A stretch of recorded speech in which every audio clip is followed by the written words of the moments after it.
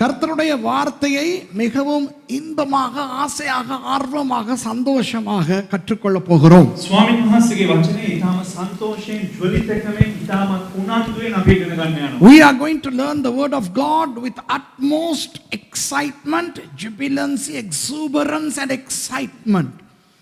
நான் ஏற்கனவே சொன்னது போல இன்றைக்கு நான் உங்களுக்கு 23ஆம் சங்கீதத்திலே இருந்து செய்தி கொடுக்க போகிறேன். ඉතින් මම කලින් ප්‍රකාශ කළ අන්දමට ගීතාවලිය 23න් ඔබට පණිවිඩය ලබා දෙන්න යනවා. இப்போ 23வது சங்கீதத்தை இன்று பிரசங்கம் பண்ண தொடங்குவது மாத்திரம்தான். එහෙනම් ගීතාවලිය 23 අද දේශනා කරගන්න පටන් ගන්නවා පමණයි මේ. I barely am commencing teaching from the 23rd psalm.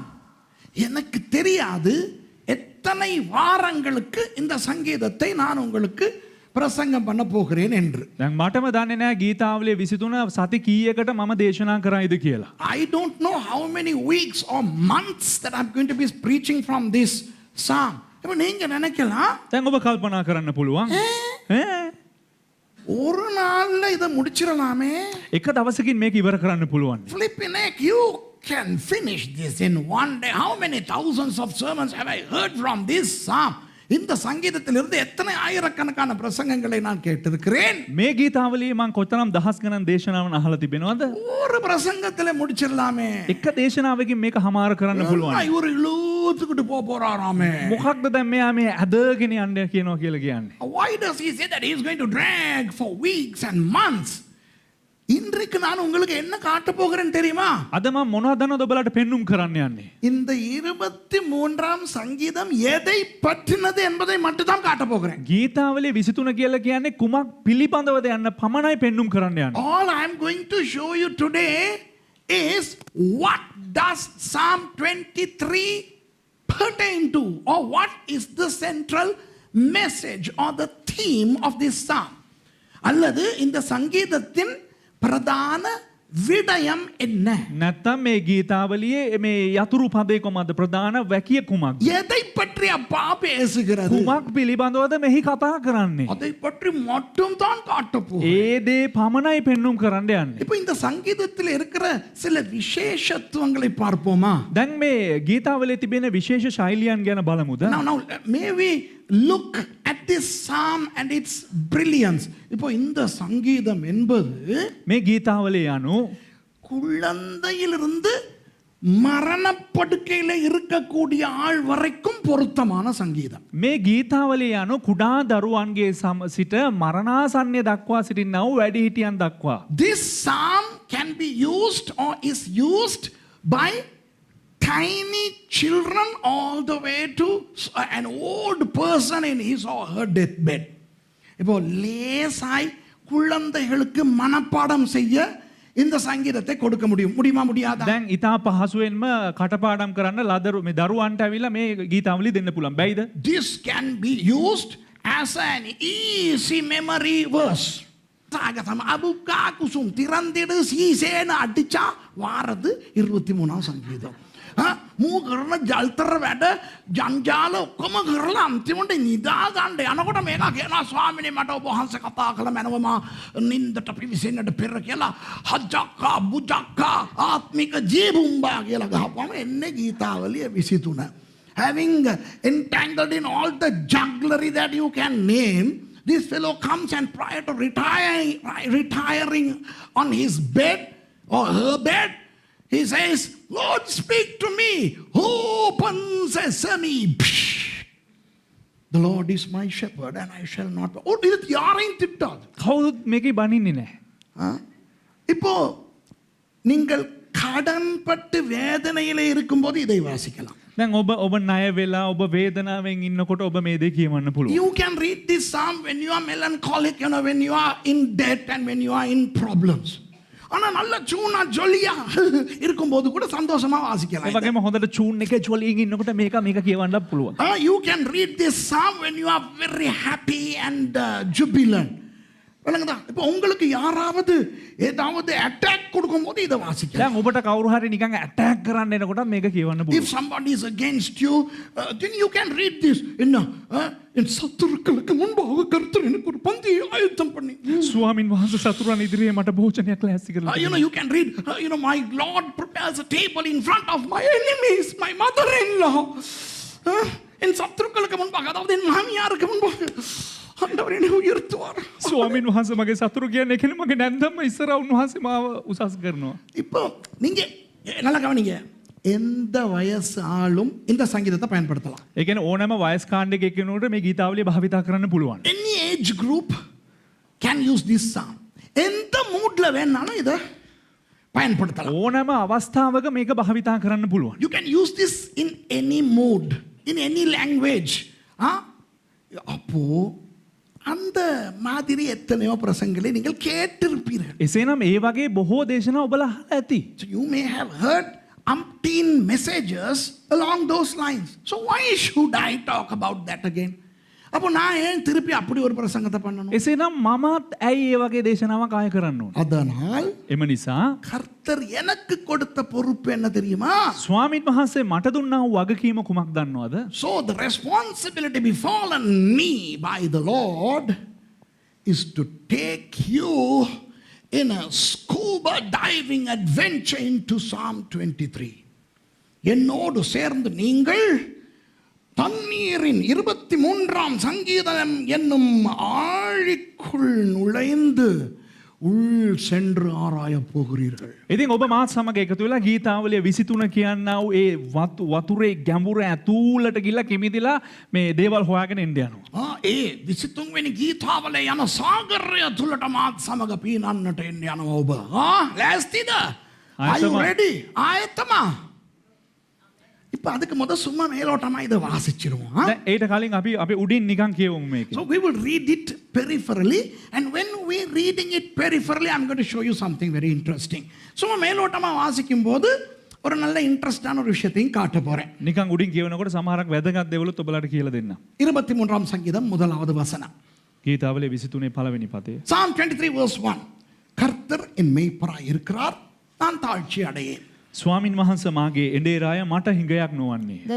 The Lord is my shepherd, I shall not want. இப்போ இந்த வசனத்தின் அடிப்படையில் ஆயிரக்கணக்கான பாட்டுகளே இருக்கின்றன. දැන් මේ වචනේ කරුණ කොටගෙන දහස් ගණන් ගීත ලියවිලා තිබෙනවා. There are millions of songs from this verse. Wonderful songs. இனி வரும் நாட்களிலே இந்த வசனத்திலே ஆழத்துக்கு உங்களை கொண்டு போவேன். இன்றைக்கு அல்ல. අද නොවේ එන්න වූ දවස්වල මේ වචනේ ඇතුළට නැත්නම් ගැඹුරටම රැගෙන යන්න. In the forthcoming weeks, not today, I'm going to take you deep into these verses. Every word. You know what I'm going to do? I'm going to take you into every word of this psalm. இந்த சங்கீதத்தில் இருக்கின்ற ஒவ்வொரு சொல்லுக்குள்ளும் உங்களை கூட்டிக் கொண்டு போவேன். මේ ගීතාවලියේ තිබෙනා වූ සෑම වගන්තියකම ගැඹුර දක්වා ඔබලාව රැගෙන යන්න. திரையிலே போட்டிருப்பது எபிரேய மொழியிலே இது எப்படி இருக்கிறது என்று. මේ තිරේ තිබෙනවිල හෙබ්‍රේව භාෂාවෙන් කෙසේද මේක තිබෙන්නේ කියන. I have put on the screen how it looks in the Hebrew Bible, in the Tehillim. There are 55 words. 55 சொற்கள் பயன்படுத்தப்பட்டிருக்கின்றன. වගන්තිය කියන්නේ 55ක් භාවිතා කරලා තිබෙනවා. அந்த 55 சொற்களையும் நான் உங்களுக்கு சொல்லிக் கொடுப்பேன். ඒ වගන්ති පහම ඔබලාට 55ම විග්‍රහ කරන්න යනවා. There are 55 words used in the Hebrew, and I will teach every one of those words to you. You understand? But anyway, now it's the Lord is my shepherd and I shall not want. கர்த்தர் என் மேய்ப்பராய் இருக்கிறார், நான் தாழ்ச்சி அடையேன். ස්වාමීන් වහන්සේ මාගේ එඬේරාය මට හිඟයක් නොවන්නේ. இரண்டாவது வசனத்தை பாருங்கள். දෙවනි පදේ බලන්න. அவர். උන්වහන්සේ. How does verse 2 begin? He. அப்படியானால் இந்த சங்கீதத்தை பாடுகிறவர் யார் என்று எங்களுக்கு தெரியும். தாவீது. එසේනම් කවුද මේ ගීතිකාව ලියන්නේ රචනා කරන්නේ? දාවීද්. Now we know who the human writer who wrote this psalm, David. இப்போ தாவீது யாரை பார்த்து இந்த இரண்டாம் வசனத்தை சொல்லுகிறார்? මේ දාවිද් මේ දෙවනි වගන්තිය ප්‍රකාශ කරන්නේ නැත්නම් ගායනා කරන්නේ කාව බලලාද? Who does he look when he sings verse 2? Not God, but somebody else. ஆண்டவரை பார்த்தல்ல, வேறு யாரையோ பார்த்து. දෙවියන් වහන්සේ බලන්නේ වෙන කවුදෝ බලලා. ஏனென்றால் இவர் ஆண்டவரை பற்றி யாருக்கோ சொல்லுகிறார் அவர் என்று. ஓகேயா? ඇයි කිව්වොත් දෙවියන් වහන්සේ ගැන වෙන කාටදෝ කියනවා උන්වහන්සේ කියලා. Looking at somebody else, he is pointing God to them, saying he. Let's see what he says. அவர் என்ன சொல்லுகிறார்? அவர் என்னை புல்லுள்ள இடங்களில் மேய்த்து அமர்ந்த தண்ணீர்கள் அண்டையில் என்னை கொண்டு போய் விடுகிறார். එසේනම් දාවිද් කියනවා කවදෝ බලලා උන්වහන්සේ නිල් ගොදුරු බිම්මල මා ළඟින්ට සලස්වනසේක. නිශ්චල වූ දියාසලින් මා ගෙන යනසේක. He maketh me to lie down in green pastures. He leadeth me beside the still waters. மூன்றாவது வசனத்திலே சொல்லுகிறார். තුන්වෙනි පදේ කියනවා இன்னும் அந்த யாரையோ பார்த்து கொண்டு තව කවදෝ බලාගෙන කියනවා in verse 3 he still looks at those people, somebody, and he says, அவர் என் ஆத்துமாவை தேற்றி தம்முடைய நாமத்தின் நிமித்தம் என்னை நீதியின் பாதைகளில் நடத்துகிறார். උන්වහන්සේ මාගේ ආත්මය ප්‍රාණවත් කරනසේක. ස්වකීය නාමය නිසා ධර්මිෂ්ඨකමේ මාවත් තුළ මා ගෙන යනසේක. He restoreth my soul. He leadeth me in the paths of righteousness for his name's sake. இப்போ දැන් தாவீது அவர்களை பார்ப்பதிலிருந்து தன் கண்களை எடுத்து ஆண்டவர் பக்கம் திரும்புகிறார். දාවිද් ඔවුන් කෙරෙන්නේ ඇස් ඇරගෙන දෙවියන් වහන්සේ පැත්තට හැරෙනවා. Now in verse 4 he is removing his eyes from those people to whom he was talking and placing his eyes on God, and he is saying, அப்படி சொல்லுகிறார், நான் மரண இருளின் பள்ளத்தாக்கிலே நடந்தாலும் பொல்லாப்புக்கு பயப்படேன், தேவரீர் என்னோட கூட இருக்கிறீர், உமது கோலும் උමද තඩියුම් என்னை தேற்றும். හතරවෙනි පදේ ඒ මනුෂ්‍යයාගේ පැත්තෙන් දෙවියන් වහන්සේ පැත්තට හැරිලා එසේය මරණ සෙවණේ මිටියාවත මැදින් යන්නෙමි. නමුත් කිසි උපද්‍රවයකට මම බය නොවන්නෙමි. ඔබගේ දණ්ඩෙන් හා සැරෑටියෙන් මට සැනසෙල්ල ලැබේ. Yea, though I walk through the valley of the shadow of death, I will fear no evil, for thou art with me, thy rod and thy staff, they comfort me. தேவன் என்னோட கூட இருக்கிறார் என்று சொல்லவில்லை. දෙවියන් වහන්සේ මා සමග ඉන්නවා කියලා කිව්වේ නැහැ. He doesn't say he is with me, but he is saying you are with me. தேவரீர் நீங்கள் என்னோடு இருக்கிறீர்கள் என்று தேவனை பார்த்து சொல்லுகிறார். දෙවියන් වහන්සේ බල කරනවා ස්වාමිනේ ඔබ මා සමග සිටිනවා.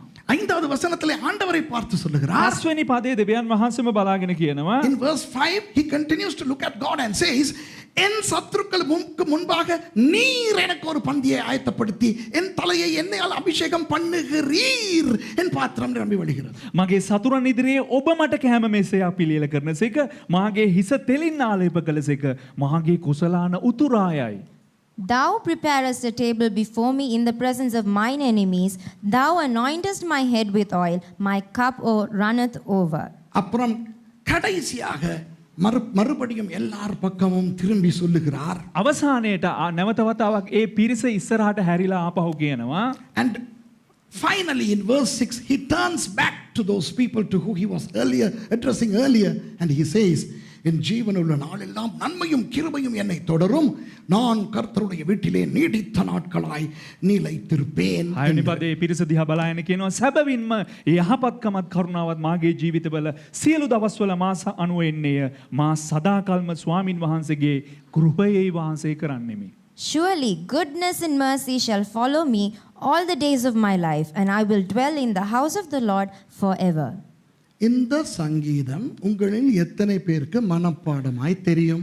මේ ගීතාවලියේ කී දෙනෙකුට කටපාඩමින් නැත්නම් ඔබේ මතකයේ තිබෙනවද? How many of you all know this psalm by heart? Wonderful. It's an easy psalm to remember. இது மனப்பாடம் செய்ய லேசான ஒரு சங்கீதம். මේ මතකයේ තබා ගන්න ඉතා පහසුම ගීතාවලියේ එක කොටසක්. எத்தனை பேர் சொல்லுவீங்க, කී දෙනෙක් කියනවද பாஸ்டர் இன்னைக்கு தான் எனக்கு தெரியும், கொஞ்சம் வேற ஆக்களை பார்த்து சொல்லிவிட்டு அப்புறம் ஆண்டவர் பக்கம் பார்த்து சொல்லிவிட்டு இப்படி திரும்புறாருங்கிற விஷயம். පාස්ටර් අද තමා මට දන්නේ මේ කියන්නේ පළවෙනි කොටස පිරිසක් දිහා බලාගෙන ඊට පස්සේ දෙවෙනි කොටස දෙවියන් වහන්සේ දිහා බලාගෙන ආපහු තුන්වෙනි වතාවට ඒ පිරිස දිහාගෙන බලාගෙන කියනවා කියලා. But how many of you all say, but only today I realize Philippi Neck, he was talking to somebody about God in some verses, and then he's talking to God in some verses, and finally he's turning to everybody. இதுல இருந்தே தெரியலையா எவ்வளவோ நுட்பங்கள் இதுக்குள்ள இருக்குனே? මේින්ම තේරෙන්නේ නැද්ද කතරම් දෝ ගැඹුරු දේවල් ඒකේ රහසිගත ලෙස සැඟවිලා තිබෙනවා කියලා. If we saw that on the periphery, how many more mysteries would and could this psalm contain?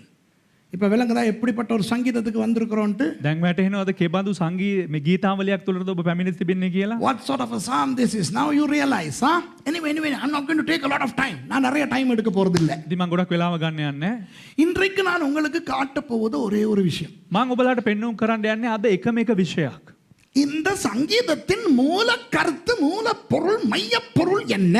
මේ ගීතාවලියේ තිබෙනා වූ යතුරු පදේ නැත්තම් වැදගත් භාවයේ විශේෂිත ලක්ෂණය කුමක්ද? මාතෘකාව මොනවද? විෂය මොනවද? මොනවා ගැනද හලෝ මේ ගීතාවලියේ තිබෙන්නේ? What is the theme of this psalm? What is the central focal point of this psalm? That's all I'm going to show. And that's going to blow your socks off your feet. எங்களுடைய ஆவி ஆத்துமா சரீரம் இடம் மாற போகிறது. දැන් අපේ ආත්මය ශරීරය ප්‍රාණය ඔක්කොම තැන් මාරු වෙන්න යනවා. இப்போ நான் ஒவ்வொரு இடத்திலும் கேட்டால் நீங்கள் என்ன நினைக்கிறீர்கள் இந்த சங்கீதம் எதை பற்றினது என்று? දැන් මම එක එක්කෙනාගෙන් අහුවනම් මේ ගීතාවලිය කුමක් පිළිබඳවද කියලා එක එක්කෙනාගෙන් පෞද්ගලිකව අහුවනම් வித்தியாசமான பதில்கள் வரும். වෙනස් වූ පිළිතුරු පැමිණේ. If I ask you, okay, what do you think the central point of this psalm is? Then you will come up with various ideas. Well, I think it's about God being our shepherd. நான் நினைக்கிறேன் தேவன் எங்கள் மேய்ப்பன் என்பதை பற்றி தான் அது இருக்கிறது. මම හිතනවා දෙවියන් වහන්සේ අපේ එඬේරා කියන එක තමයි ඒ තුල කතා කරන්නේ. ஏனென்றால் அந்த 6 வசனங்களும் அவர் எனக்கு இப்படி செய்கிறார், அவர் எனக்கு இப்படி பண்ணுகிறார், அவர் கர்த்தர் மேய்ப்பர். அதுதான் அதனுடைய விஷயம். ඉතින් ඒ පද 6 තුලම බැලුවොත් එහෙම එතන කතා කරන උන්වහන්සේ කියලා. ඒ කියන්නේ උන්වහන්සේ කියලා කියන්නේ උන්වහන්සේම තමයි අපේ එඬේරා වෙන්නේ. ඒ පිළිබඳව එඬේරා හැටියට කතා කරනවා ඇති. Well, Suresh, I think it's about God being our shepherd. Why? The whole psalm talks about what a shepherd does to the sheep. So the theme of that psalm is shepherd. For your information, no. உங்களுக்கு நான் சொல்ல விரும்புகிறேன், இல்லை. ඔබලාගේ දැන ගැනීම සඳහා මම කියන්නම් නෑ. அப்ப එහෙනම් ஆடு. නෑ බැටළුවද? Okay, the theme is sheep. ஏனென்றால் ஒரு ஆடு எப்படி பராமரிக்கப்படுகிறது, ஒரு ஆடு எப்படி மேய்ப்பனால் பாதுகாக்கப்படுகிறது, அப்ப ஆடுதான் விஷயம். ඒ කියන්නේ ඒක බැටළුවෙක් කොහොමද හැසිරෙන්න ඕන, බැටළුවෙක් කොහොමද බලා ගන්න ඕන, එඬේරෙක් කොහොමද බැටළුවෙක් බලා ගන්න, ඒ පිළිබඳව වෙන්න ඇති. Okay, it's about the lamb, it's about the sheep, how the sheep is looked after by the shepherd and how the sheep eats and drinks and all that kind of stuff. The answer is no, இல்லை. පිළිතුර නම් නෑ. வேற என்ன அதுக்குள்ள இருக்கு? එහෙනම් වෙන මොනවද ඒක ඇතුලේ තියෙන්නේ? Okay. ஆபத்திலிருந்து பாதுகாப்பு. හරි. උපද්‍රවයන් වලින් කොහොමද බේරෙන්නේ? Okay. Now I know. It's safety from danger. மரண இருளின் பள்ளத்தாக்கில் நான் நடந்தாலும் பொல்லாப்புக்கு பயப்படேன். Wow. මරණ සෙවනේ මිටියාවතේ මැදින් ගියත් මම බය නොවන්නෙමි. Yea, though I walk in the valley of the shadow of death, I shall fear no evil. So I know the fearlessness. பயம் இல்லாமல் வாழ்வது. බය නොමැතිව ජීවත් වීම. இல்லைங்கோ. ඒත් නෑ. No. Okay. හරි. எதிரிகளுக்கு முன்னால நாங்க எப்படி? සතුරන් ඉදිරියේ කොහොමද අපි? How are we in front of our enemies? என் சத்துருக்களுக்கு முன்பாக ஒரு பந்தியை ஆயத்தம் பண்ணி என் தலையை எண்ணெயினால் அபிஷேகம் பண்ணுகிறார். සතුරන් ඉදිරියේ මට භෝජනයක් මේසයක් පිළිලේ කොට මාව තෙලෙන් උන්වහන්සේ ආලේප කරලා He තිබෙනවා. prepares a table in front of my enemies. Okay, so this is about that. No, இல்ல. ඒකත් නෙවෙයි. இப்ப கொஞ்சம் ஆவிக்குரியவங்க கிட்ட கேட்டோம்னா දැන් මේක ආත්මික අයගෙන් පොඩ්ඩක් ඇහුවනම් அவங்க சொல்லுவாங்க அதெல்லாம் இல்ல பாஸ்டர். ඔවුන් කියයි ඒවා ඔක්කොම නෙවෙයි pastor. If you ask some spiritual people, whose feet don't tread the floor, the floaters, the levitators, இந்த கால் தரையில படாம பறக்கிற கிறிஸ்தவர்கள் கிட்ட கேட்டு பார்த்தா අර මේ කකුල පොළවේ වදින්න නැතුව ඇවිදින්නා වූ කිතුණුවන්ගෙන් ඇහුවනම් 23வது சங்கீதம் ගීතාවලියේ 23 යනු அபிஷேகம் சம்பந்தமானது. ආලේපය සම්බන්ධ වූ එකද? Psalm 23, can you see the spirit? Psalm 23 pertains to anointing. அந்த காத்து விளங்குதா? අර හුළඟ දැනෙනවද? ஆவியில தான் பேசுவோம். ආත්මයෙන් කතා කරන්නේ. அவர் என் தலையை எண்ணெயினால் அபிஷேகம் பண்ணுகிறார். උන්වහන්සේ ඒ තෙල් කර්ණ කොටගෙන මාව ආලේප කරනවා. He anoints my head with that oil. No. இல்ல. නෑ. அப்ப என்னதான் நீ சொல்ல வர? එහෙනම් මොනවද ඔයා කියන්නේ? What is the theme that you are trying to tell us, Suresh, if not these things? இவை இல்லாவிட்டால் என்ன? මේක එන වෙන මොකක්ද? அதற்குத்தான் ඒකට තමයි இது எழுதப்பட்ட எபிரேய மொழிக்கு உங்களை கொண்டு போக போகிறேன். මේ ලියනු ලැබුවා වූ හෙබ්‍රේව භාෂාවට ඔබලාව රැගෙන යන්න යන්නේ. I'm going to take you to Psalm 23 in Hebrew, but don't worry, I'm not going to read in Hebrew. நான் எபிரேய மொழியில வாசிக்க போறதில்ல. நீங்களும் அதை பத்தி worry பண்ண தேவையில்லை. நீங்க திரையில பார்த்தா மட்டும் போதும். ඔබ තැවෙන්න අවශ්‍ය නැහැ. හෙබ්‍රේව භාෂාවෙන් මම කියවන්න යන්නේ නැහැ. ඒ නිසා ඔබ තිරේ බලාගෙන හිටියා නම් ඇති. இப்போ நீங்க பார்த்தா உங்களுக்கு தெரியுது எபிரேய மொழியில எபிரேய மொழி வலது பக்கத்திலிருந்து இடது பக்கத்துக்கு எழுதப்படுது. දැන් හෙබ්‍රේව භාෂාව කියලා කියන්නේ දකුණු දකුණු පැත්තේ ඉඳලා වම් පැත්තට ලියවෙනව භාෂාව. You know, Hebrew is written and read from the right to the left. So what you see on the screen is to be read from your right to the left. திரையில பார்க்கும்போது வலது பக்கத்திலிருந்து இடது பக்கம். ඔබ තිරේ බලන විට දකුණු පැත්තේ ඉඳලා වම් පැත්තට තමයි භාෂාව ලියන්නේ. මේක වැඩ කරන්නේ නැද්ද? නෑ නෑ කලින් එක දෙන්න කලින් එක දෙන්න. හරි මං කියනකොට මාරු කරන්න මේක වැඩ කරන්නේ නෑනේ. right. இப்போ දැන් 6 වසනங்கள் இருக்கின்றன. පද හයක් තිබෙනවා. ඒක එහෙම අහන්න ඕනේ නෑ. ඔයා දැකලා තියෙනවනේ 23 වෙනි කිතාව. huh? He's looking at me as if, you know, it's new information. There are 6 verses in Psalm 23 and I have put each of those verses in different colors for you to know the verse separations. இந்த வசனங்கள் எவை என்று உங்களுக்கு காட்டுவதற்கு வேறு வேறு வர்ணங்களில் இதை போட்டிருக்கிறேன். මේ වචන කුමක්ද කියන එක පැහැදිලිව පෙන්වුම් කරන්න වෙන වෙන වර්ණ වලින් එය අලංකාර කරලා තිබෙනවා එක එක පදයන්. அல்ல ஒரு மேலால இருக்கிற லைன் முதலாவது வசனம். දැන් පළවෙනි පදපේලිය බැලුවොත් ඒක තමයි පළවෙනි පදපේලිය. First verse is the first line. Second verse is the second line and the third verse is the third line. இரண்டாவது வசனம் இரண்டாவது லைன் மூன்றாவது வசனம் மூன்றாவது லைன். දෙවෙනි පදපේලිය ඒ පදපේලිය නිල් පාටින් තියෙන ඊට පස්සේ තුන්වෙනි පදපේලිය කොළ පාටින් තිබෙන එක. ஆனால் பாருங்கள் அடுத்த 3 லைனையும் நான் ஒரே வர்ணத்திலே போட்டிருக்கிறேன். හැබැයි ඒ පේලි තුන පහු කරපුවාම පේලි තුනක් ඔබට දිස් වෙයි එකම පාටින් රතු පාටින් සඳහන් වෙලා තිබෙනවා. After that you will see 3 lines in one color. That's verse 4. Verse 4 is so long that I needed 3 lines. நான்காவது வசனம் எவ்வளவு நீளம் என்றால் எனக்கு 3 வரி தேவைப்பட்டது. அப்ப அந்த 3 வரி வந்து என்னது? நாலாவது வசனம். හතරවෙනි වගන්තිය දීර්ඝ වැඩි නිසා තමයි මේ රතු පාටින් එකම පාටින් සඳහන් වෙලා තිබෙන්නේ. அப்புறம் கருப்பிலே போட்டிருப்பது ஐந்தாவது வசனம். කළු පාටින් තිබෙන්නේ පස්වෙනි වගන්තිය. What you see in black is verse 5. கடைசியா இருக்கிறது ஆறாவது வசனம். අවසානයේට තිබෙන්නේ 6 වෙනි පදය. The last line is verse 6. அப்ப இதிலே அந்த நாலாவது வசனம் மாத்திரம் தான் ஒரு லைன்ல எனக்கு முடிக்க முடியாம 3 லைன்ல பண்ணிருக்கேன். ඉතින් මේන් හතරවෙනි පදය තමයි එකම පේලියෙන් අවසන් කරන්න බැරි නිසා පේලි තුනකට පැමිණ තිබෙන්නේ. Now verse 4 I could not contain in one line, so I have used 3 lines. Do you understand that? எல்லாருக்கும் இது புரியுதா? දැන් ඔබට මේක වැටහෙනවද තේරෙනවද? இப்போ දැන් எபிரேய கவிதைகளின் அமைப்பு பற்றி ஆராயும் போது சில மர்மமான விஷயங்கள் உள்ளன. හෙබ්‍රෙව් භාෂාවේ කාව්‍යමය සංග්‍රහයන් අපි ගවේෂණය කරනකොට සමහරක් අභිරහස් ඒ තුල ගැබ් වී තිබෙනවා. Now in the Hebrew poetical literature there are exclusive elements that need to be analyzed for you to understand. இப்போ வித்தியாசமான கவிதைகள் இருக்கின்றன. இப்போ தமிழிலே புது கவிதை, மரபு கவிதை, எதுகை, மோனை இப்படி இருப்பது போல எபிரேயத்துக்கே உரிய කවිදා ලක්ෂණங்கள் இருக்கின்றன. දැන් අපි සිංහලෙන් අපිට දන්න විදිහට දන්නවා කවි කියලා ගත්තොත් එහෙම බොහෝ කවි තියෙනවා. පැල් කවි කියලා තියෙනවා, ජන කවි කියලා තියෙනවා. බොහෝ කවි වර්ග තිබෙනවා. ඒ වගේ හෙබ්‍රේවරුන්ටත් අදාළ වුණ ඒ කාව්‍යමය සංග්‍රහයට අදාළ වුණ කවි වර්ග තිබෙනවා. Now just as in other poetry, the Hebrew poetry has different types of poetical expressions over against the prose. And in those poetical expressions, you would sieve out the exclusive literary formats embedded therein.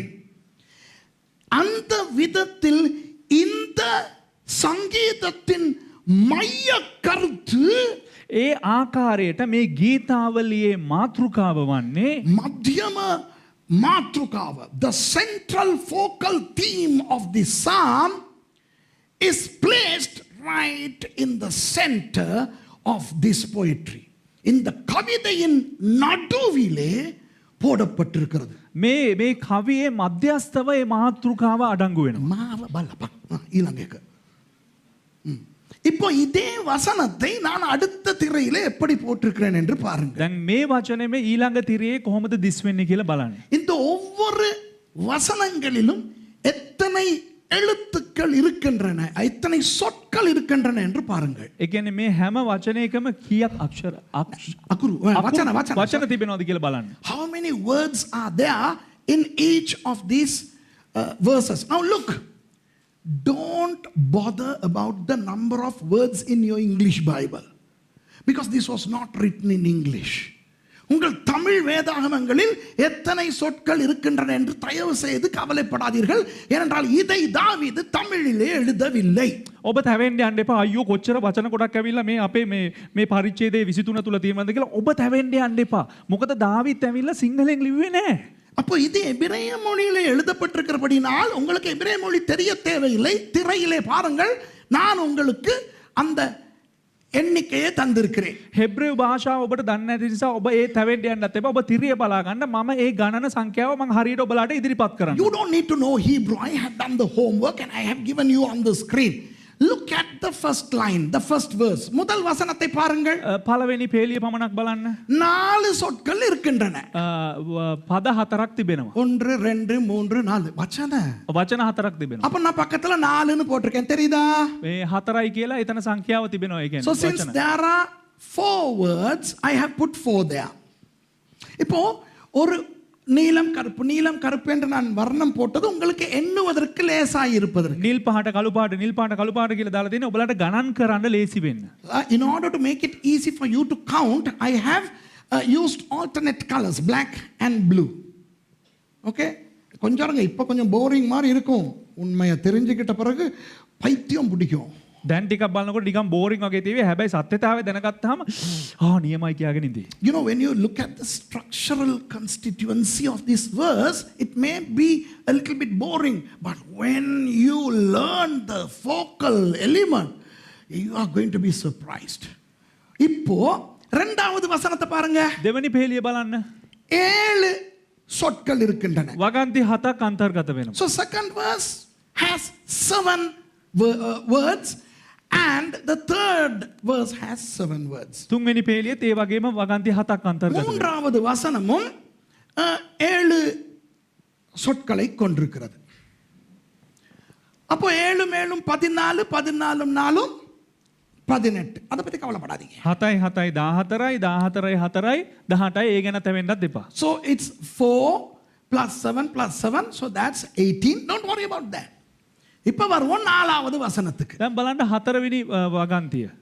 4வது வசனத்துல முதல் 8 சொற்களையும் எண்ணி போட்டு வைத்திருக்கிறேன். 4වෙනි පේලිය තුල ඒ කියන්නේ පද 8ක් ගණන් කරලා දාලා තිබෙනවා. So I have counted the first 8 words of the 4th verse and I have put there. அப்போ 18 8 எத்தனை? 26. 18යි 8යි කියද 26යි. அதை ஞாபகப்படுத்திக்கிறங்க. ඒක මතකෙ තබා ගන්න. எல்லாம் சத்தமா சொல்லுங்க, 26. හැමදෙනාම හයියෙන් කියන්නේ 26යි. சில பேர் தூங்குறாங்க, அவங்களை எழுப்புறதுக்கு தான் சொன்னேன். සමහරක් අය නිදාගෙන මේකට නැගිටවන්න තමයි මේක කරන්නේ. Say with me, I want to wake some people up. Say 26. Some people think it's 12:26. 26 12:26 ஆயிருச்சா? සමහරක් අය හිතනවා 12:26 කියලා හිතනවා. ஓகே, இப்போ கொஞ்சம் இப்போ கீழ் பக்கத்துக்கு போவோம். அந்த 4வது வசனத்துல දැන් අපි පහළ කොටසේ එමු. 4වෙනි පදේ கடைசி 4 வசன சொற்களையும் இங்கே போட்டு வைத்திருக்கிறேன். මේ අවසාන පද නැත්නම් වචන 4 දාලා තියෙනවා. In verse 4, the last 4 verses I have put here. So here is number 4. Then verse 5 has 10 words and verse 6 has 12 words. 5வது வசனத்திலே 10 சொற்கள் இருக்கின்றன. 5වෙනි පේලියේ වගන්ති 10ක් තිබෙනවා. 5වෙනි පදේ அது போல 6வது வசனத்திலே 12 சொற்கள் இருக்கின்றன. 6වෙනි පදේ වගන්ති 12ක් තිබෙනවා. அப்போ 12 10 22 22 4 26 12යි 2යි 12යි 10යි 22යි 22යි 4යි 26යි 10 and 12 22 22 plus 4 26 நல்லா பாருங்க හොඳට බලන්න 4 7 7 8 26 okay 4යි 7යි 7යි 8යි 26යි so 4 plus 7 plus 7 plus 8 26 கீழே 4 10 12 26 පහළ 4යි 10යි 12යි 26යි so 4 plus 10 plus 12 26 அப்போ மேலே 26 கீழே 26 போக පහළ 26යි ඉහළ 26යි ඇරෙන්න so if you remove the north pole 26 and the south pole 26 you get 3 words மூன்று சொற்கள் வருகின்றன මධ්‍යස්ථව ඔබට පද වගන්ති 3ක් දකින්න පුළුවන් மொத்தம் 55 சொற்கள் එතකොට සම්පූර්ණව වගන්ති 55යි total 55 words அதிலே சரியாக நடுவிலே இருக்கிற மூன்று சொற்களை வேறுபடுத்தி එයින් හරි මධ්‍යස්ථව තිබෙන්නා වූ ඒ වගන්ති වෙන් කරගත්තොත් மேலே 26 சொற்கள் கீழே 26 சொற்கள் வருகின்றன சரியா ඉහළින් වගන්ති 26කුත් පහළින් වගන්ති 26කුත් පැමිණෙනවා so if you segregate the 3 words right in the middle of the psalm you will end up having 26 words in the front section and 26 in the latter section இந்த நடுவிலே இருக்கின்ற இந்த வசனம்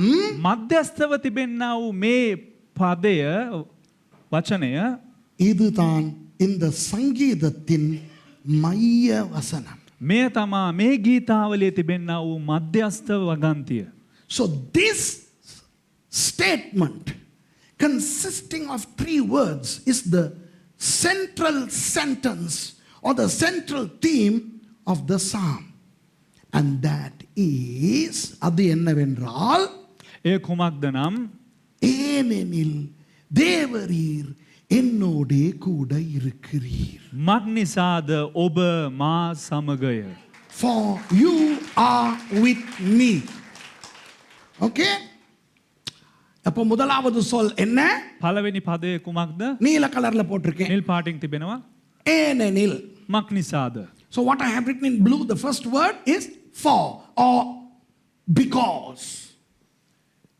நடுவுல வாரது சிகப்புல போட்டிருக்கேன் මැදින් රතු පාටට තිබෙනවා அதனுடைய அர்த்தம் එහි අර්ථය කුමක්ද தேவரீர் அல்லது நீர் ඒ කියන්නේ ඔබ දෙවියන් වහන්සේ ඔබ කියන එක what is the meaning of the middle word in red you are பச்சையில போட்டிருக்கிறது என்னது කොළ පාටින් තිබෙන්නේ කුමක්ද என்னோடே கூட இருக்கிறீர் தமிழ்ல நீட்டமா சொல்லணும் මා සමග කියන අදහස එනවා மா சமகய what I have written in green is with me அப்போ එසේනම් தாவீது இந்த கவிதையை பாடும் பொழுது அவருடைய பிரதான அர்த்தம் எதுவாயிருந்தது දාවිද් මේ කවිය ගායනා කරන විට එහි ප්‍රධාන මාතෘකාව නැත්තම් අර්ථය කුමක්ද what was the central focal point of David when he sang this song you are with me தேவரீர் என்னோடு இருக்கிறீர் ස්වාමිනී ඔබ වහන්සේ මා සමගයි இப்போ இதுதானே நத்தார் දැන් මේකනේ නත්තාර් කියලා කියන්නේ this was Christmas what Emmanuel God with us Emmanuel தேவன் நம்மோடு ඉමානුවෙල් දෙවියන් වහන්සේ අප සමගයි வேறு தெய்வங்களுக்கும் நம் தெய்வத்துக்கும் இருக்கிற ஒரே வித்தியாசம் வேறு தெய்வங்களை நாடி நாம் போக வேண்டும் நம் தெய்வமோ நம்மை நாடி தேடி வருகிறது වෙන දෙවියන් වහන්සේ දෙවිවරුන්ටයි අපේ දෙවියන් වහන්සේටයි තියෙන වෙනස මොකද්ද අපි ඒ දෙවිවරු හොයාගෙන යන්න ඕන නමුත් අපේ දෙවියන් වහන්සේ උන්වහන්සේ අපිව හොයාගෙන එනවා difference between the other gods and our God is that we have to go looking for the other gods but our God comes looking for us இப்போ இதுதான் தாவீதினுடைய மைய கருத்து දැන් මේක තමා දාවිද්ගේ මධ්‍යස්ථ මාතෘකාව වන්නේ so this is David's central focal point ஆனால் ஆண்டவர் அல்லவா இந்த கவிதையை உண்மையாக எழுதினவர் ஆமாவா இல்லையா නමුත් දෙවියන් වහන්සේ නේද මේක සත්‍ය වශයෙන්ම ලියන්නා වූ කතුරුවරයන්න් but වහන්සේ the real author is God, is the Holy Spirit. Could God have a different theme that even David did not understand? தாவீதுக்கே புரியாத ஒரு மர்மமான ஒரு ரகசிய ஒரு கருத்து, ஒரு மைய கருத்து ஆண்டவர் வைத்திருக்கலாமோ இந்த சங்கீதத்துக்குள்? එසේනම් දාවිත්තම වටා ගන්න බැරි වූ වෙනස් වූ අභිරහස් වූ මාතෘකාවක් දෙවියන් වහන්සේ යම් හේකින් මේ තුල අන්තර්ගත කොට ඇතිද? என்னுடைய பல செய்திகளிலே இப்படிப்பட்ட மர்மங்களை நான் வெளிக்கொணர்ந்து காட்டியிருக்கிறேன். මේ වගේ බොහෝ පණිවිඩ වලින් මම මේ සැඟවුණා වූ අභිරහස් එළියට රැගෙන ඇවිත් තිබෙනවා. In the past I have brought out a lot of hidden treasures like this. Do you remember? For example, ஒரு உதாரணத்துக்கு එක උදාහරණයකට சாலமோன் நீதிமொழியிலே யாரையோ பார்த்து என்னமோ சொல்லுகிறார் என்று அவர் எழுதினால் கடைசியிலே பார்த்தால் அது தேவனுடைய ஒரு பெரிய ரகசியம். සාලමෝන් කවුදෝ බලලා මොනවදෝ විස්තර ලිව්වා කියලා එහි සඳහන් වෙනවා. නමුත් ඇත්තටම අපි බැලුවා නම් ඒක දෙවියන් වහන්සේගේ අභිරහත් ගැන තමයි සඳහන් වෙන්නේ. Maybe in Proverbs, King Solomon may have said, somebody says something about something to someone, and then we would see, wow, this is all something very, very deep. எத்தனை பேருக்கு அப்படிப்பட்ட பிரசங்கங்கள் கேட்ட ஞாபகம் இருக்கிறது? කී දෙනෙකුටද එවැනි වූ අහපු දේශනා මතක තිබෙන්නේ? அப்படி ஒன்றை தான் இன்றைக்கு காட்டப் போகிறேன். අන්න ඒ වගේ දෙයක් තමයි අදත් පෙන්눔 කරන්න යන්නේ. I am going to show you something very secretive. Now look. As far as David was concerned, his theme was, you are with me. தாவீதை பொறுத்தவரையில் தேவரீர் என்னோட கூட இருக்கிறீர். දැන් දාවිද්ගේ පැත්තෙන් ගත්තොත් එහෙම දාවිද්ට ස්වාමිනේ උපහාස මා සමගයි. இந்த பாடத்திலே இந்த கர்த்தர் என் மெய்ப்பரிலே அந்த என் வருகிறதே, අර ස්වාමින් වහන්සේ මාගේ එඬේරා කියනකොට මාගේ කියලා පැමිණෙනවානේ. அந்த என் என்ற விஷயத்திலே தாவீதை பற்றின பல ரகசியங்களை உங்களுக்கு நான் சொல்லிக் கொடுக்க காத்திருக்கிறேன். මාගේ කියන්නා වූ ඒ වචනයෙන් දාවිද් ගැන බොහෝ රහස් ඔබලාට කියලා දෙන්න කැමති වෙනවා. The Lord is my shepherd. My. Who says my? David. Hang on. In a few Sundays later, I am going to talk about David, some mysterious, hitherto unearthed secrecies of David. But not today. இன்றைக்கல்ல. අද නොවේ.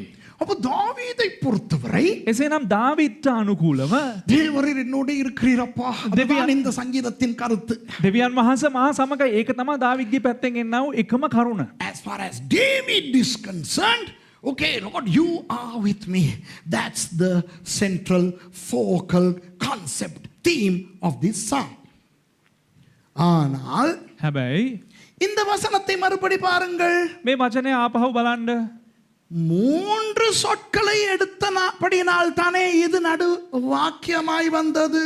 වචන මේ කියන්නේ පද තුනක් තිබෙන නිසා වචන 3ක් අපි වෙන් කරලා තියාගත්ත නිසානේ උඩ 26යි යට 26යි ආවේ. Since we segregated 3 words to form a statement, that we ended up having 26 words in the front section and 26 words in the latter section. இந்த சொல்லை மேலுக்கு 26ஓட சேர்த்து 27 ஆக்கிட்டா මේ පදය ඉහළත් සමග එකතු කරලා පදය කියන්නේ පා වචනය ඉහළ 26ත් එක්ක එකතු කරා නම් මේක 27 වෙනවනේ. இந்த சொல்ல கீழே உள்ளதோட சேர்த்துட்டா 27 ஆகிரும். දැන් මේ වචනයත් එකතු කරනම් 15ත් එක්ක 27 වෙනවා. So you, because this belongs to the 4th verse, you calculate it with the first 26, so that makes it 27, and then you calculate this word with the remaining 26, so 27. 55 words, 55 சொற்கள். වචන 55යි. 27 சொற்களை மேலேயும் වචන 27ක් ඉහළනුත් 27 சொற்களை கீழையும் போட்டால் වචන 27ක් පහළෙම තිබ්බනම් நடுவிலே வருகிறது இந்த சொல். මැදින් පැමිණෙන්නේ එකම එක පදයක් වගන්තියක්. වචනයක්. You know Singalam? So if you separate 27 words and then 27 words below, you end up with the central word, not the statement, word.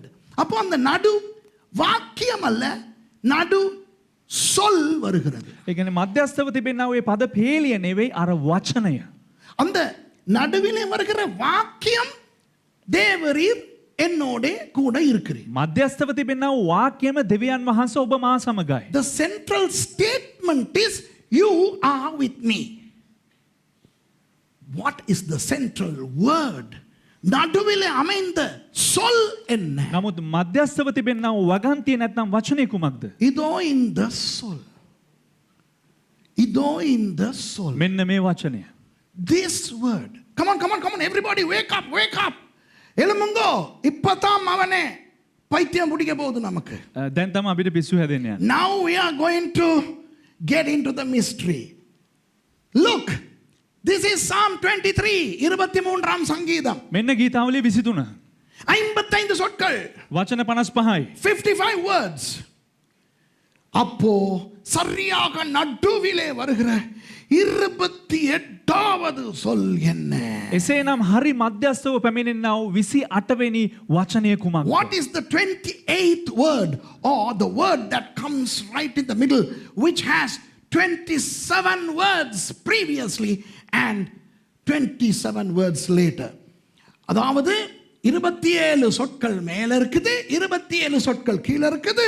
இந்த ரெண்டுக்கு சப்மரீனுக்கு இடையில அழகா ஒரு ஒரு ஒரு ஒரு ஒரு பர்கர் துண்டொன்னு வச்சிருக்கிறார் ஆண்டவர்.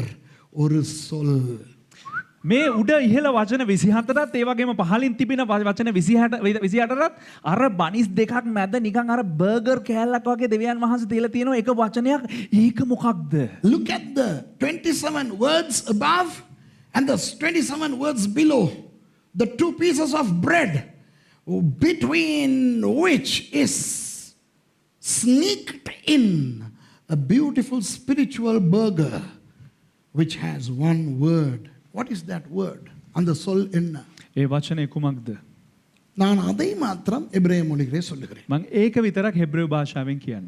That is the word I will pronounce in Hebrew. Ata. අටා. ஓகே, இலங்கைக்கு தாண்டு. இதுதான் அந்த சொல். මේ තමයි වචනය.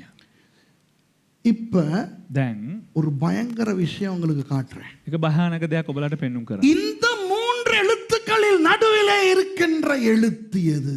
මේ අකුරු තුනෙන් මධ්‍යස්ථව තිබෙන අකුරු කුමක්ද? What is the middle letter of this word?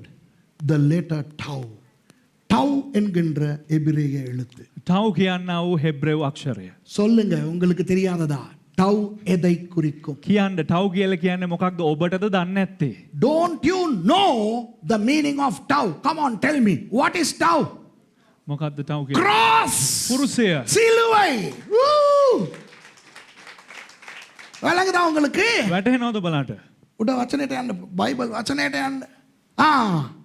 இப்போ දැන් 23வது சங்கீதத்தில் ගීතාවලිය 23 சரியாக நடுவிலே உள்ள எழுத்து எதை குறிக்கிறது? හරි මධ්‍යස්ථව තිබෙනා වූ අක්ෂරය කුමක්ද පිළිබිඹු කරන්නේ? சிலுவையை குறிக்கிறது. කුරුසිය පෙන්눔 කරනවා. Psalm 23, the word, the letter that is right in the middle shows cross. தாவீதுக்கு சிலுவனா என்னன்னே தெரியாது. දාවිත්ට කුරුසිය කියලා කියන්නේ කුමක්ද කියලා දන්නේම නැහැ. David doesn't know what was cross. But God used him to write tau right in the middle of that beautiful psalm. அந்த தாவீதை ஆண்டவர் பயன்படுத்தி சிலுவையை எழுத வைத்தார் 23ஆம் சங்கீதத்தின் நடுவில். නමුත් දෙවියන් වහන්සේ දාවිත්ව පාවිච්චි කරලා ගීතාවලිය 23 තුල ඒ කුරුසිය ගැන ලියනු ලැබුවා හරි මධ්‍යස්ථව. அப்போ 23ஆம் சங்கீதம் மெய்ப்பனை பற்றி பேசுகிறது, ஆடை பற்றி பேசுகிறது, சத்துருவை பற்றி பேசுகிறது, பந்தியை பற்றி பேசுகிறது, அபிஷேகத்தை பற்றி பேசுகிறது. இவை எல்லாம் பேச ஒரே காரணம், සිලුවයි. එසේනම් ගීතාවලිය අපි බලනකොට එහි කතා කරනවා සතුරන් ගැන කතා කරනවා ආලේපය ගැන කතා කරනවා මේ සංග්‍රහයන් ගැන කතා කරනවා මේ හැම මාතෘකාවක් කතා කරනකොට ඒකට හැම දෙයකටම වැදගත් වෙන්නේ කුරුසිය. Yes, we talk about the shepherd, the sheep, the green pastures, the still waters, the valley of the shadow of death and God's protection, his providence, our enemies and our food, our anointing, God's house. All those things are possible because all of these things are held by the cross. சிலுவையினால் தான் இந்த அத்தனையும் தொடர்பு படுகிறது. කුරුසිය නිසා තමා මේ හැම දෙයක්ම දාමයක් ලෙසින් ගමන් කරන්නේ සම්බන්ධ වෙලා තිබෙන්නේ. And the cross connects all these things. அந்த சிலுவை வருவதற்கு முன்னே කුරුසිය පැමිණෙන්න ප්‍රථමයෙන්ම தாவீது மற்றவர்களுக்கு ஆண்டவரை பற்றி பேசுகிறார். දාවිත් අනිත් අයට දෙවියන් වහන්සේ ගැන කතා කරනවා. Till the cross comes in this psalm, David is talking to other people. ஆனால் சிலுவை வந்ததோடு அவர் மற்றவர்கள் பக்கம் இருந்து தேவன் பக்கம் திரும்பி நீங்க எனக்கு என்று பேச ஆரம்பிக்கிறார். නමුත් කුරුසිය පැමිණෙනකොට ඒ පුද්ගලයන්ගෙන් දිසාව දෙවියන් වහන්සේ පැත්තට අරගෙන ස්වාමිනී ඔබ වහන්සේ මා සමග ඔබ මට කියලා දෙවියන් වහන්සේත් එක්ක කතා But කරනවා. from the moment cross comes in, David turns from the people and turns towards God, and he is talking to God. So before the cross, recommendations about God. சிலுவைக்கு முன்பு தேவனை பற்றி மற்றவர்களுக்கு பரிந்துரை. මේ කුරුසියට කලින් අනිත් අය ඉස්සරහා දෙවියන් වහන්සේ ගැන උන්වහන්සේගේ මහෝත්තම භාවයන් පිළිබඳව කතා කරනවා. ஆனால் சிலுவை வந்ததோடு, නමුත් කුරුසිය පැමිණුණාට පසුව but when the cross came, it's no longer recommendations, it's relationship. இப்போ பரிந்துரை அல்ல, இப்போ தேவனோடு உறவு. කුරුසියට පසුව එතන ගුණවර්ණනාවක් නෑ දෙවියන් වහන්සේ ගැන.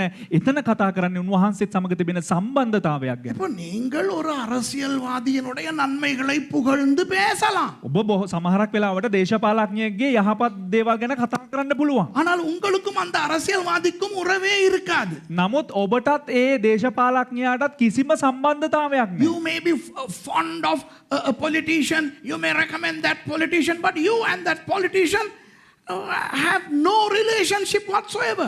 Let's take Donald Trump for instance. அமெரிக்க ஜனாதிபதியாக இருந்த டொனால்ட் ட்ரம்பை பற்றி பேசுவோமே. උදාහරණයකට ඇමරිකාවේ ජනාධිපති වශයෙන් හිටියව ඩොනල්ඩ් ට්‍රම්ප් ගැන ගමු. இப்போ சொல்லுவோமே, எனக்கு உண்மையாக டொனால்ட் ட்ரம்பை ரொம்ப பிடிக்கும். ඩොනල්ඩ් ට්‍රම්ප් කියන්නේ දේවගැතුමාට හරි කැමතියි. I like Donald Trump.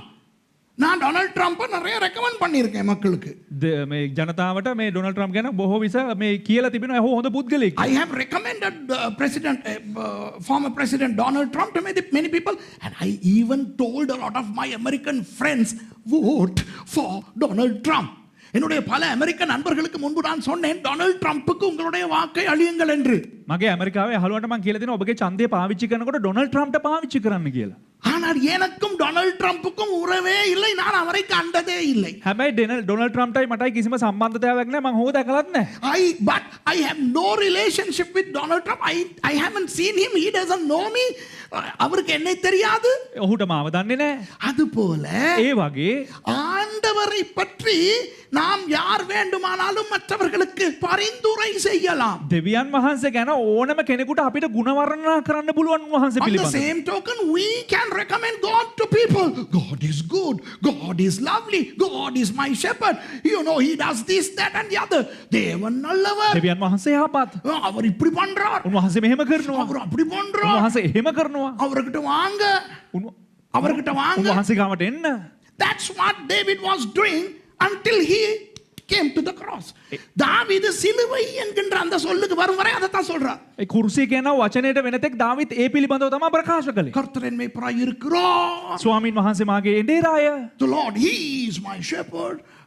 He leads me. He feeds me. அவர் என்னை புல்லுள்ள இடங்களுக்கு கொண்டு போறார். උන්වහන්සේ මාව නිල් තන බිම් වල රැගෙන යනවා. அவர் எனக்கு தண்ணீர் கொடுக்கிறார். උන්වහන්සේ මට ජලය ලබා දෙනවා. ஆனால் எப்போ தன்னை அறியாமலேயே சிலுவை வந்ததோ அவருடைய கவிதையிலே, නමුත් තමන්ටම නොදැනුවත්වම ඔහුගේ කවිය තුල කුරුසියේ පැමිණියේ කොයි අවස්ථාවේදීද?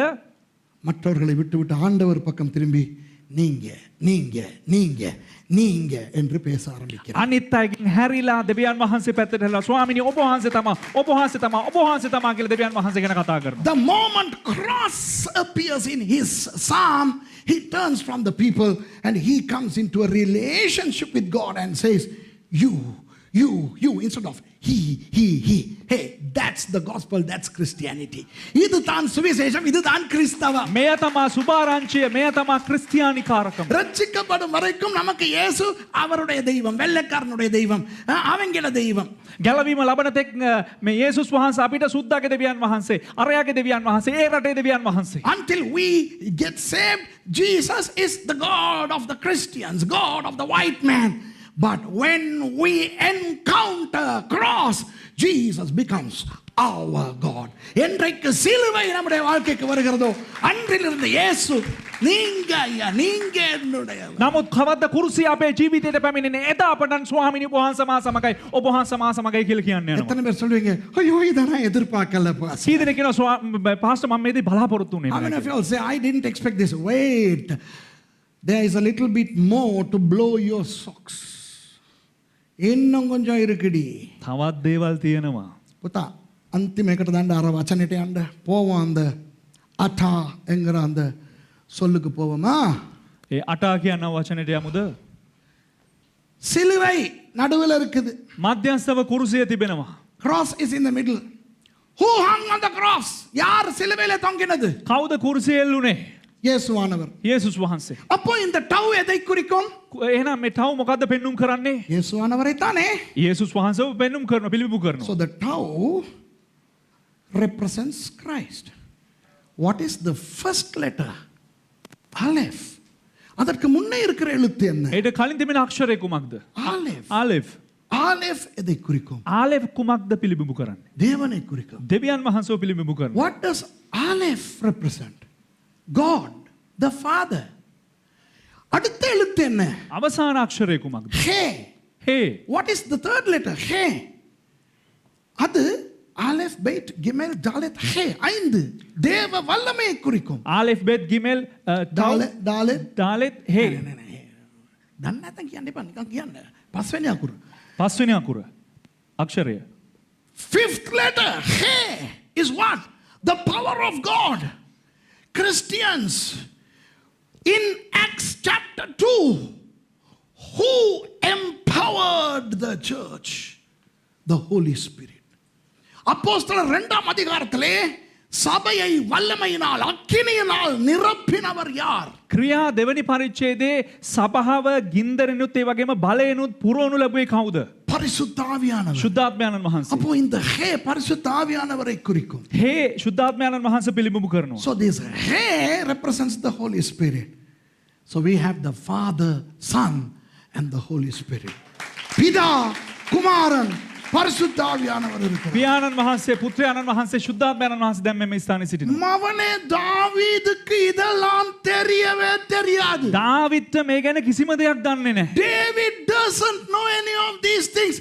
ஆனால் தாவீது தன்னுடைய 23ஆம் சங்கீதத்திலே நடுவிலே பிதா, குமாரன், பரிசுத்த ஆவியானவர் என்று எழுதுகிறார். නමුත් දාවිත් නොදැනුවත්වම ඒ ගීතාවල විසිතුනේ මධ්‍යස්ථව පියාණන් වහන්සේ, පුත්‍රයාණන් වහන්සේ, ශුද්ධාත්මයන්න් වහන්සේ ගැන ලියනවා. But David writes about the Father, Son and the Holy Spirit right in the middle of his 23rd Psalm, not knowing what he was writing. இப்ப எத்தனை பேர் சொல்லுவீங்க, ஐயோ பாஸ்டர் பைத்தியம் பிடிக்குது? உண்மையா எத்தனை பேர் சொல்லுவீங்க? කී දෙනෙක් කියනවා අයියෝ පාස් මට දැන් පිස්සු හැදෙනවා How කියලා. many of you say, I never thought. உண்மை தானே? ඇත්තටම මම 23ஆம் சங்கீதத்துல இறையியலா? ඒ කියන්නේ ගීතාවල විසිතුනේ දේව ධර්මයේද? You mean to say that there is theology in Psalm 23? Hey, there is theology, Christology, and pneumatology. Wait, this is cross, so that's soteriology. Why the cross? Because of hamartiology, and because the three persons are there. So we have the gospel of eternity. So eschatology. My goodness, this is systematic theology in its completion.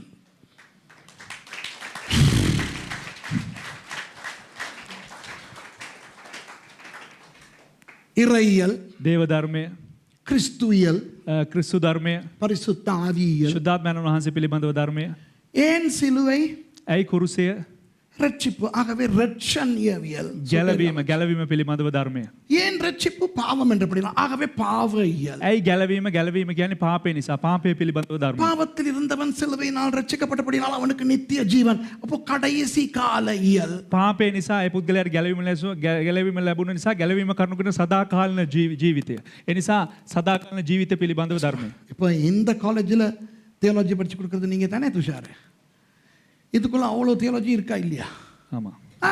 සිංහලத்தில் ඒ කියන්නේ මේ පදය තුල නැත්තම් මේ අකුරු තුන තුල ක්‍රමානුකූල දේව ධර්මයේ සම්පූර්ණයෙන්ම අන්තර්ගත වෙනවා. There is the entire theology within this word.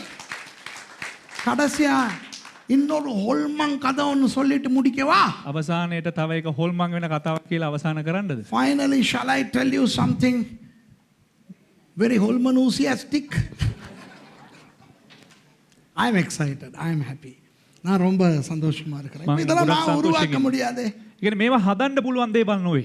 இருக்கிறது தானே நான் ඉතින් காட்டுறேன். තිබෙන දේ තමයි මම පෙන්눔 කරන්නේ. පළවෙනි එකට යන්නකො පළවෙනි ස්ලයිඩ් එකට යන්නකො. මට පුළුවන් නේ මේක.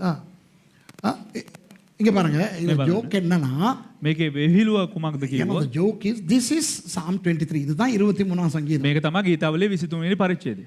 இதுக்குள்ள புதிய ஏற்பாடு இருக்குமா? මේකේ අලුත් ගිවිසුම තියෙයිද? Can we have the New Testament in here? No. But amazingly, look at the central focal point here. பாருங்களே சரியா நடுவுல என்னத்தை கொண்டு வந்து வச்சிருக்காரு ஆண்டவர். බලන්නකෝ හරි මධ්‍යස්ථව මොකද්ද ගෙනලා දෙවියන් වහන්සේ තියලා තියෙන්නේ. இவ்வளோ எழுத்துக்கள்ல கணக்கா நடுவுல டவ்.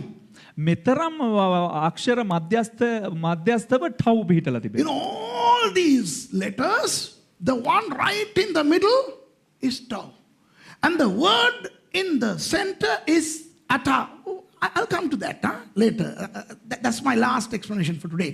அந்த சொல் என்ன அட்டா அது என்னன்னு நான் பிறகு சொல்லிடுறேன். அதுவும் நம்மள பைத்தியம் பிடிக்க வைக்க ඒ වචනේ කුමක්ද අටා ගැනත් කියලා දෙන්න. තව ටිකකින් පිස්සු හැදෙන්න යනවා ඒ ගැන. அதுக்குள்ள பிதா குமாரன் பரிசுத்த ஆவியானவர் கொண்டு வந்து திணிச்சு வச்சிருக்காரு. දැන් ඒ වචනේ තුල පියාණන් වහන්සේ පුත්‍රයන් වහන්සේ සුද්ධාත්මයන් වහන්සේත් අන්තර්ගත කොට තිබෙනවා. And there he has brought the Father, Son and the Holy Spirit right in the middle. Even the writer David didn't know that, man. இதை எழுதுன தாவீதுக்கே தெரியாது. ප්‍රශ්නේ මොනවද කියලා කියන්නේ මේක ලියපු දාවිද්වත් දන්නේ නැහැ මේ වගේ දෙයක් ඇතුලේ තියෙනවා அப்ப කියලා. இன்றைய யூதர்களுக்கு தெரியுமா? එතකොට අද යුදෙව්වන්ට තේරෙයිද මේ ගැන? So do you mean to say that today's Jews would know? I say even if David didn't know, how in the world can today's Jews know that? தாவீதுக்கே தெரியாட்டி எப்படி இன்றைய யூதர்களுக்கு தெரியும்? දාවිද්දම දන්නේ නැත්නම් කොහොමද යුදෙව්වෝ මේ ගැන අඳුරාගන්නේ? எத்தனை கிறிஸ்தவங்களுக்கு இது தெரியும்? ක්‍රිස්තියානි කී දෙනෙකුටද මේ ගැන දන්නේ? கர்த்தர் தமது கிருபையினால் நமக்கு அதை காட்டுகிறார். ஆமென். ස්වාමීන් වහන්සේගේ අනුග්‍රහය නිසා උන්වහන්සේ අපිට ඒ දේ පෙන්눔 කරනවා. Out of his grace he is showing us this mystery. Wow. And here is the most interesting thing that I want to show you. உங்களுக்கு பயங்கரமான ஒரு விஷயத்தை காட்ட போகிறேன். භයානක දෙයක් ඔබලාට පෙන්눔 කරන්න යනවා. அட்டா என்றால் என்ன? අටා කියලා කියන්නේ කුමක්ද? What is the meaning of அட்டா? நீங்க. ඔබ. You are. Exactly, right? You are. நீங்க. ඔබ. இதுல என்னப்பா புதுசா ஆழமா இருக்க போகுது? මේක ඇතුලේ මොකද්ද නිකන් මේ ලොකුවට මේ අභිරහසක් වගේ තියෙන්නේ. What can be mysterious in a statement you or you are? I'll show you. මම පෙන්නන්න. இங்க பாருங்க. බලන්න. இப்ப දැන් நான் உங்களை பார்த்து මම ඔබව බලලා நீங்கள் அப்படிங்கிறேன். ඔබ ඔයා කියලා කියනවා. I'm looking at you saying you are. நீங்க அதையே பயன்படுத்தி நீங்க உங்களை காட்டுங்க. என்ன சொல்லுவீங்க? ඔබ ඒ දේ භාවිතා කරලා ඔබව පෙන්눔 කරන්න. If you use that for your own selves, how would you show?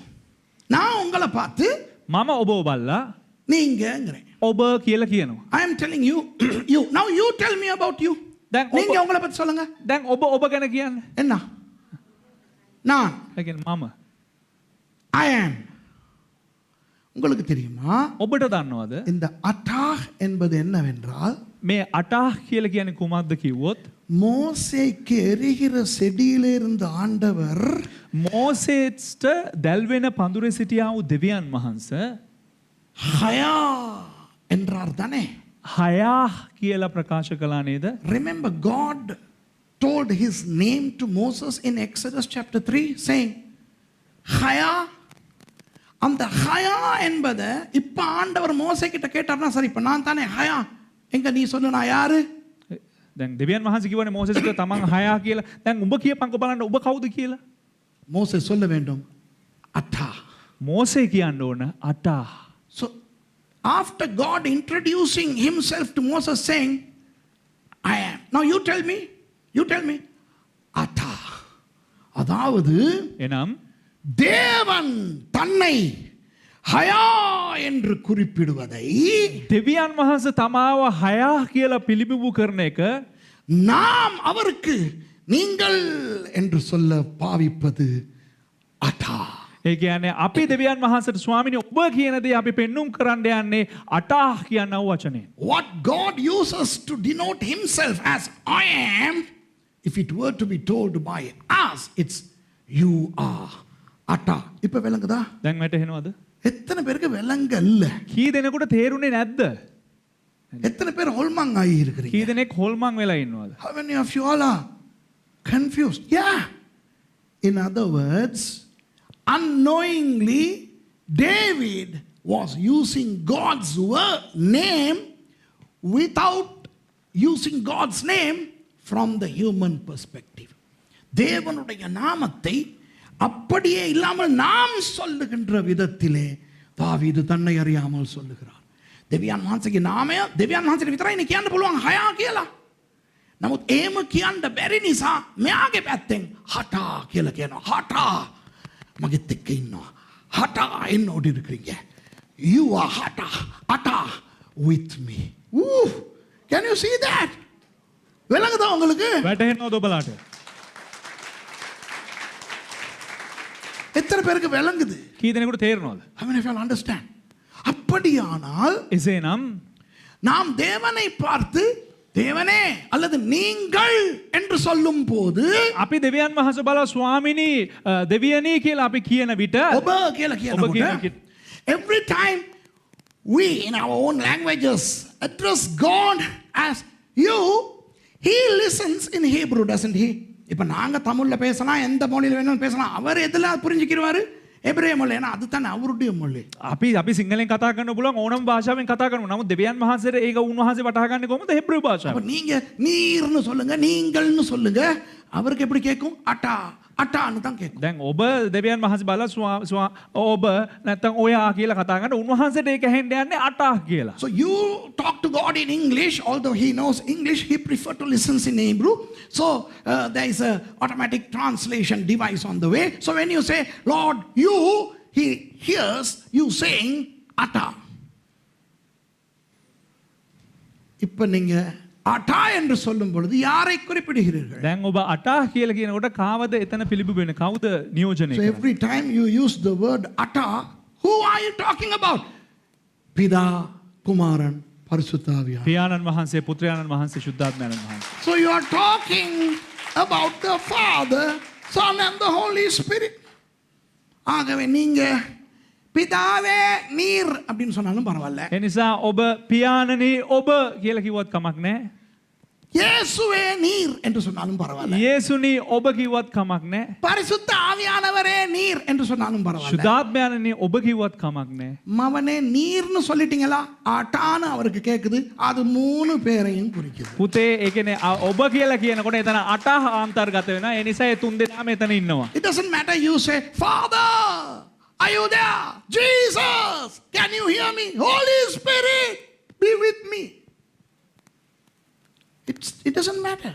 Every time you use the word you, he hears atta, and atta is heard by the Father, Son, and the Holy Spirit. So, whether you like it or not, you are talking to the Trinity. உங்களுக்கு விருப்பமோ இல்லையோ திரித்துவ தேவனோட பேசுறீங்க. ඔබ දැන හෝ නොදැන කැමති හෝ අකමැති ඔබ දන්නේ නැතුවම කතා කරන්නේ ත්‍රිත්වයට. அதுக்காக யாராவது இருப்பீங்கன்னா நீங்க திருத்துவத்தை நம்பாதவங்க කවුරු හරි කෙනෙක් ඉන්නවනම් ඉතින් ත්‍රිත්වයේ විශ්වාස කරන්නේ නැති இனிமே நீங்க ஆண்டவரை நீர் நீங்கன்னு சொல்லப்படாது. කියන්නවත් එපා ඔබ ඔයා කියලා කියන්න එපා දෙවියන් වහන්සේට. If there is somebody who doesn't believe in Trinity, don't ever call God you, because every time you use the word you are confessing Trinity. தேவனை பார்த்து நீர்னு சொல்ற நேரம் எல்லாம் நீங்க அட்டா அதாவது திருத்துவத்தை தான் குறிப்பிடுறீங்க. ත්‍රිත්වය භාවිතා කරන්නේ නැති කට්ටිය වැරදිලා හරි ඔබ කියලා කියනකොට එතන සඳහන් කරන්නේ අටහ කියලා. ඒ අටහ තුල ත්‍රිත්වය අන්තර්ගත වෙනවා. 23ஆம் சங்கீதத்தின் மையத்திலே சிலுவை இருக்கிறது. ගීතාවලිය 23 මධ්‍යස්ථව කුරුසිය තිබෙනවා. Cross is right in the middle of Psalm 23. மைய சொல்லில் பிதா குமாரன் பரிசுத்தாவியானவர் இருக்கிறார். මධ්‍යස්ථ වචනේ පියාණන් වහන්සේ පුත්‍රයාණන් වහන්සේ ශුද්ධාත්මයාණන් වහන්සේ සිටිනවා. The central word has the Father, Son and the Holy Spirit. So it's Trinity. இப்ப சொல்லுங்க 23ஆம் சங்கீதத்தின் மைய கருத்து எது? දැන් කියන්න මේ ගීතාවලිය 23 මධ්‍යස්ථ මාතෘකාව කුමක්ද කියලා? Now tell me what is the central point of Psalm 23? Shepherd? Maidpan? එඬේරද? ආඩ? මේ බැටළුවද? එදිරි? විරුද්ධකාරයද? அபிஷேகம்? ආලේපියද? இல்ல. නෑ. திரித்துவ தேவன். ත්‍රිත්වයේ දෙවියන් වහන්සේ. மைய பொருள்? මධ්‍යස්ථ So it's the focal central theme is the triune God. And what is the central object? மைய பொருள் என்ன?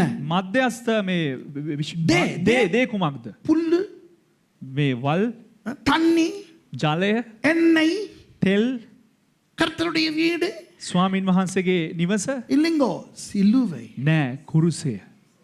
Grass, pasture, water, anointing oil, food, house of God.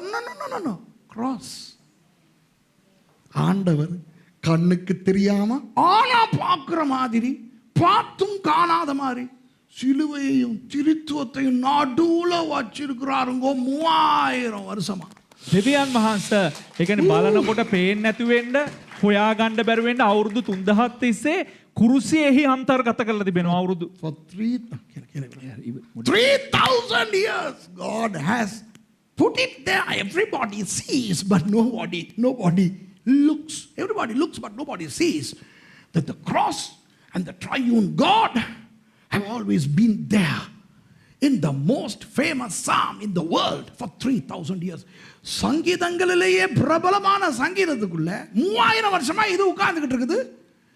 தெரியாம இருந்திருக்கிறோம். ගීතාවලියේ ප්‍රබලම ගීතාවලියක් වෙන 23 වන ගීතාවලිය තුල මේ කුරුසිය සහ ඒ වගේම ත්‍රිත්වයේ දෙවියන් වහන්සේ සිටින එක කිසිම කෙනෙකුට අඳුනා ගන්න බැහැ. අවුරුදු 3000ක් මේ ස්ථානයේ තිබෙනවා. என் பிரசங்கம் முடிந்தது. දේශනාවත් හමාරයි. My sermon is finished for the day. இப்போ என்ன நினைக்கிறீங்க? දැන් මොකක්ද හිතන්නේ? 23ஆம் சங்கீதத்துல இன்னும் எத்தனை மர்மங்கள் காத்திருக்கும்? ගීතාවලිය 23 තව කොතරම් අභිරහස් බලාගෙන ඉන්නවාද? How many more mysteries are awaiting us from Psalm 23? இப்போ 23ஆம் சங்கீதத்தின் நடுப்பகுதி என்ன? ගීතාවලියේ මධ්‍යස්ථ දෙක කුමක්ද? What is the central focal point of Psalm 23? The cross. சிலுவை. කුරුසිය. சிலுவைக்கு போக காட்டிக் கொடுக்கப்பட்ட அன்று ராத்திரியிலே இயேசுவானவர் அப்பத்தை எடுத்து ஸ்தோத்திரம் பண்ணி அதை பிட்டு நீங்கள் இதை வாங்கி புசியுங்கள், இது உங்களுக்காக பிற்கப்படும் என்னுடைய சரீரமாக இருக்கிறது என்றார். ඒ කෘසියට යන්න ඒ පෙර දවස තමා පාවා දෙනු ලැබූ රාත්‍රියේ උන්වහන්සේ රොටි රැගෙන ස්තුති කොට කඩා මෙය නුඹලා වෙනුවෙන් කැඩෙන්නා වූ මාගේ ශරීරය මා සිහි කරන පිණිස මෙය කරපල්ලා කීසේක. அப்படியே ராத்திரி ராப்போஜனத்துக்கு பிறகு அவர் பாத்திரத்தை எடுத்து இது உங்களுக்காக சிந்தப்படுகிற என்னுடைய இரத்தம், இது புதிய உடன்படிக்கை, என்னுடைய மரணத்தை கடைசி வரை நினைவு கூறும்படி இதை பருகுங்கள் என்றார். භෝජනයෙන් පසු උන්වහන්සේ කුසලානේ රැගෙන මෙය නුඹලා වෙනුවෙන් රැගෙන්නා වූ මාගේ අලුත් කිවිසුම නැමැති රුධිරය මා පැමිණෙන තෙක් මාගේ මරණය සිහි කරන පිණිස මෙය කරපල්ලා පානය කරපල්ලා කීසේක.